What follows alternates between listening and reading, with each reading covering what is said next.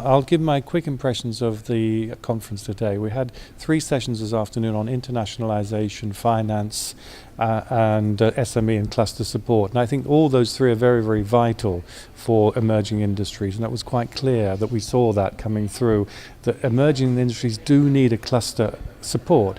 But one of the questions I raise is if it's an emerging industry, often isn't connected to a cluster because the cluster isn't actually there yet. So there's still that sort of tension between a traditional cluster and emerging industries, which we sometimes go into what we call white space. They go between clusters and sectors at the moment. That's the first point. Finance was certainly clearly, it was a key aspect that more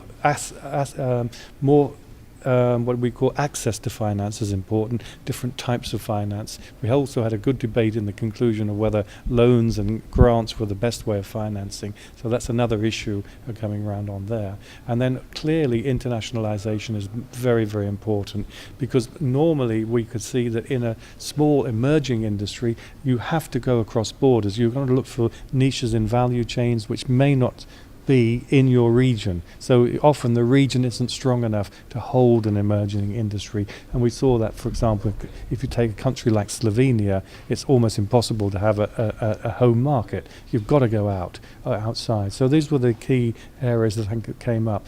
There was also a question of simplification. What we see, I think, from a regional point of view is that a lot of the areas around where most of the emerging industries are going to want support is at the regional level, first of all. That's really important.